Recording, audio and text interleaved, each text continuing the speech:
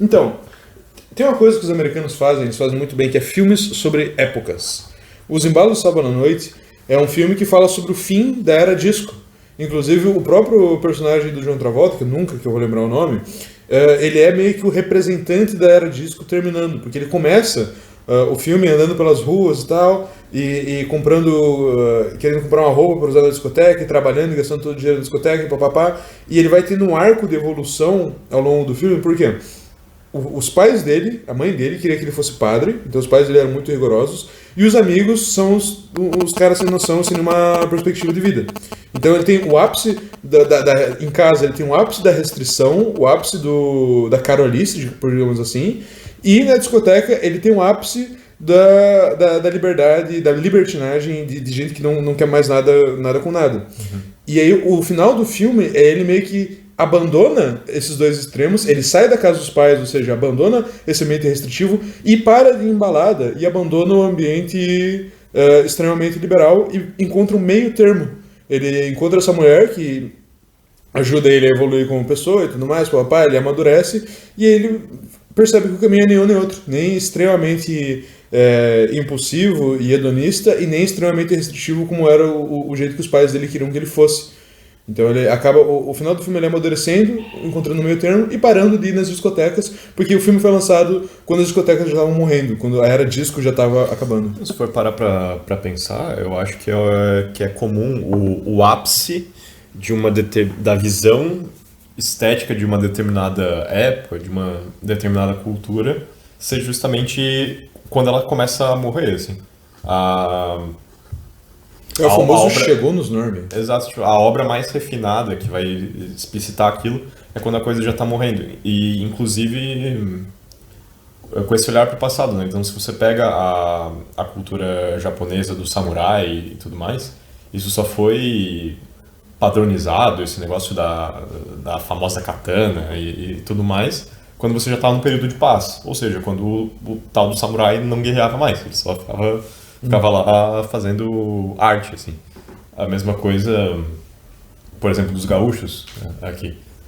O Jaime Caetano Brown, até onde eu sei, foi um cara que reviveu a cultura gaúcha, e porque o CTG é uma coisa também relativamente recente, e então toda essa estética foi consolidada quando eles viram que o gauchismo já estava morrendo, e justamente eles estavam querendo resgatar aquilo e, de alguma forma, não digo ressignificar, mas deixar explícito o que já tinha em germe antes, né? Uhum. E então é isso, a estética, o roqueiro provavelmente... É que o rock já faz muito tempo que o rock morreu, né? Sim. Então... Mas você consegue pensar melhor sobre um determinado movimento depois que ele já morreu, né? É o famoso... Você nunca diga que um homem é feliz enquanto ele ainda estiver vivo, né? Espera ele morrer e depois você vai saber se ele viveu uma vida boa ou não. Mas então, o que eu queria dizer com a questão do filme dos Embalos do Sábado à Noite? É que os Embalos do Sábado à Noite fala sobre o surgimento... surgimento não. Mas fala sobre uma transição de época. Fala de como transicionou essa transição que ocorreu no fim da era disco, por exemplo. Tem outro filme muito interessante, e isso é legal que os americanos conseguem fazer isso muito bem, que é o filme Lords of Dogtown. Uhum. Já viu? Não. Lords of Dogtown é um filme que eu assisti, tipo... Os melhores filmes que eu já vi nos últimos anos é assim, eu vejo um trecho do filme no Instagram Reels e eu penso, putz, bacana, vou ver o filme inteiro. E aí eu assisto sem saber do que se trata, sem ler sinopse, sem nada, só porque o trecho que eu vi era muito bom. Então o resto do filme, se for igual ao trecho que eu vi, vai ser ótimo. Ok. Lords of Dogtown segue essa regra, assim, um filme que é muito bom. Os personagens são carismáticos, a fotografia é excelente, tá? Beleza. Ele fala sobre o fim da era do surf e início da era do skate. Eu só fui me tocar que, tipo, esse era o tema do filme quando eu tava já da metade pro final do filme. Tá, é um filme sobre essa transição cultural.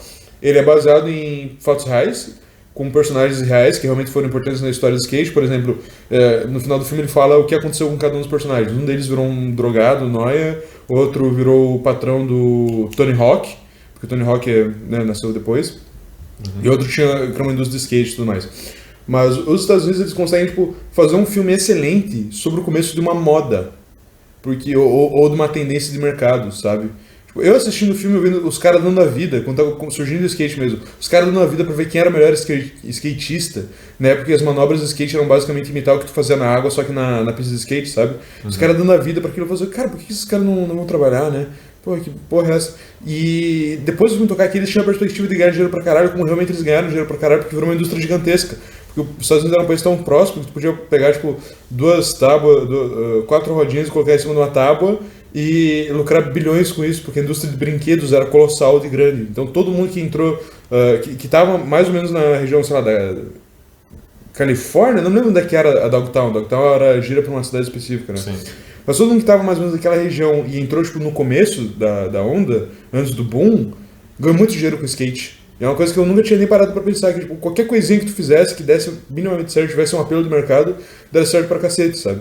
E aí houve uma transição, tipo, entre o que é considerado cool. O filme começa com as crianças indo surfar, e aí tinha uns surfistas mais velhos que não queriam deixar eles entrar na água.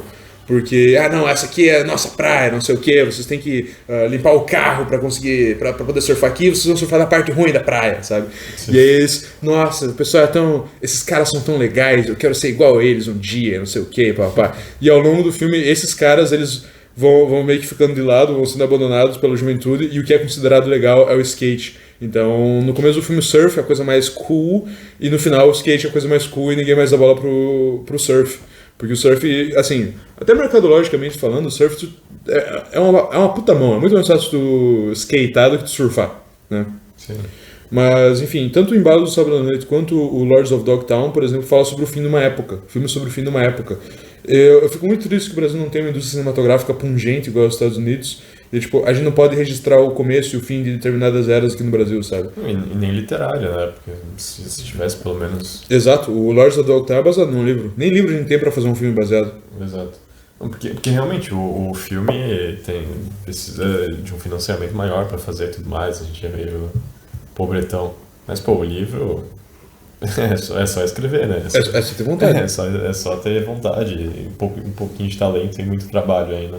Mas, tipo, sei lá, eu não gosto de funk, mas eu totalmente veria um filme sobre o surgimento dessa cena, desde que tivesse personagens carismáticos igual o Lords of Dogtown, por exemplo. Não, e porque antes você tinha um funk que era amigável, assim, que era aquele negócio meio...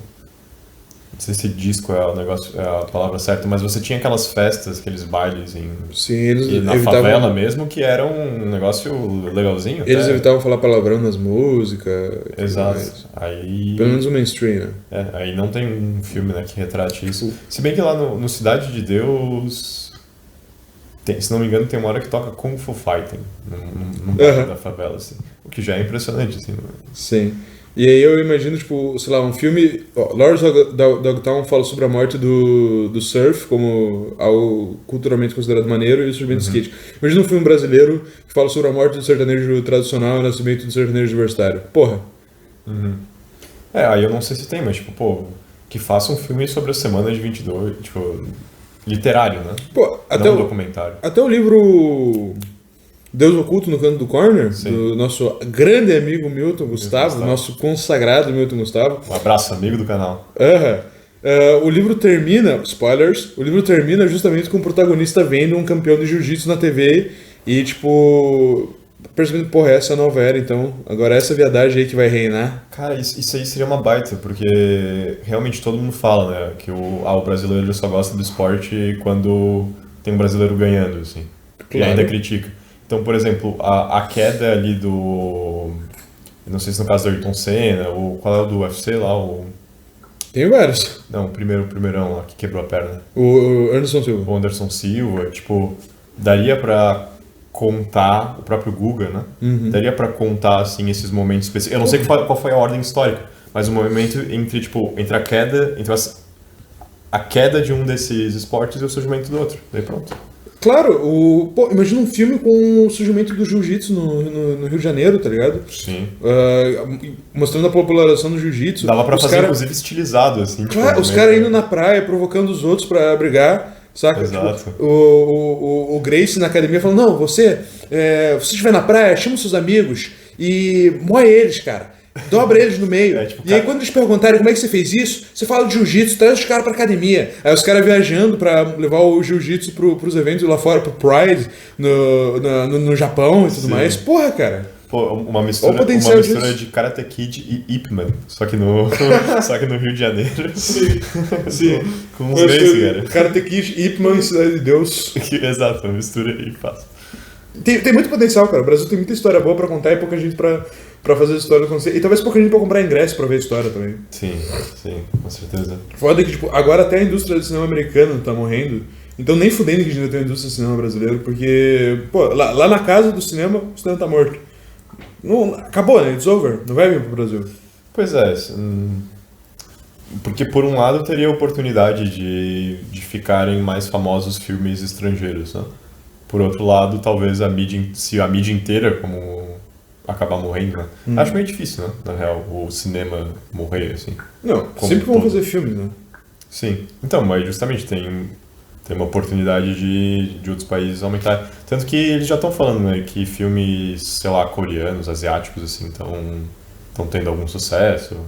Aqueles diretores, não sei se são pretensiosos, mas me soa pretensioso, que ganham um Oscar, assim. Uhum. Enfim. Então, tem muita coisa boa no cinema asiático. O cinema coreano tem muito filme bom, enfim. Tem todo um outro horizonte de filmes que dá pra ver. Mas os americanos ficaram tanto tempo fazendo filme, fizeram tanto filme que o cara pode viver a vida inteira vendo só filme americano e quase só filme bom e nunca parar, sabe? Exato. Mas, mesmo se não for americano, pelo menos ocidental. Tem filme italiano bom pra cacete, tem o Fellini, tem filme de terror italiano que é foda, tem o cinema inglês, o cinema francês, tem o cinema russo, que aí é discutível se é ocidental ou não, mas é foda. Então tem toda uma gordura pra queimar se o cara quiser estar disposto a assistir filmes velhos. Mas agora, de filme de lançamento mesmo, cara, tá tudo meio bosta, assim. Pelo menos no mainstream, pelo menos tipo, não, mas tem esse diretor que lançou um filme muito bom ano passado, não sei o quê. Tá, cara, mas se eu fosse no shopping na época que o filme lançou, poderia pagar o ingresso e ver o filme? Não. Sabe?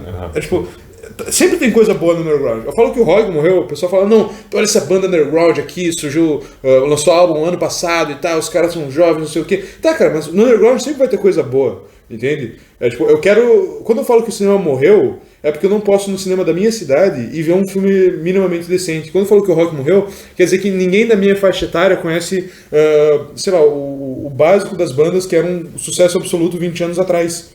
E não tem nenhum show de rock bom que eu possa ir de alguma banda original. Só tem banda cover e as bandas originais que tem são uma bosta. Exato. É isso que eu quero dizer quando eu digo que o rock morreu e que o cinema morreu.